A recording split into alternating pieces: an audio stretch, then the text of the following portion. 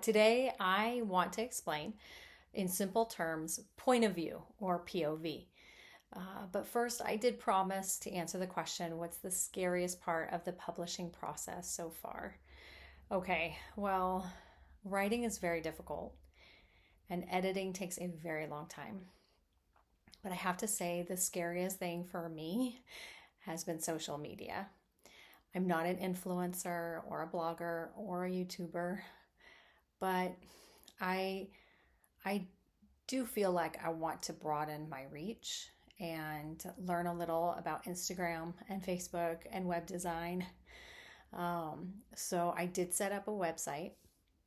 It was so much fun to do. And my website has a book trailer, interesting stories from my own childhood, illustrations from the book. It's beautiful. And a couple of games even for the kids. And there'll be more to come when the book is released. So that's pretty exciting. If it's interesting to you or your kids, you guys can go on deborahpettit.com and check it out. But today I want to talk about point of view. So Collins Dictionary gives the definition of point of view in a literary work: the mental position from which a story is observed or narrated. So I grew up reading stories where the narrator is completely omniscient. He knows everything about the world, the character's emotions, thoughts, and actions. He head hops from one character to another.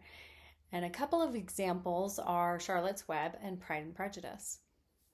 If you've ever seen Muppet Christmas Carol, Gonzo, portraying the author Charles Dickens, explains to Rizzo what Scrooge is doing in his house, even though Gonzo and Rizzo are both outside. And he tells Rizzo that narrators are omniscient, but in exasperation, Rizzo says, "Well, hoity-toity, Mr. Godlike Smarty Pants." In this scene, we see that culture has changed since Charles Dickens wrote The Christmas Carol. But most people nowadays, they don't like the narrator to be omniscient. Maybe it's because we like a little suspense. Maybe it's because following one person's point of view gives us a more in-depth look at his or her emotions. Well, I had written my entire first draft with a third-person omniscient perspective, which means I had multiple POV characters.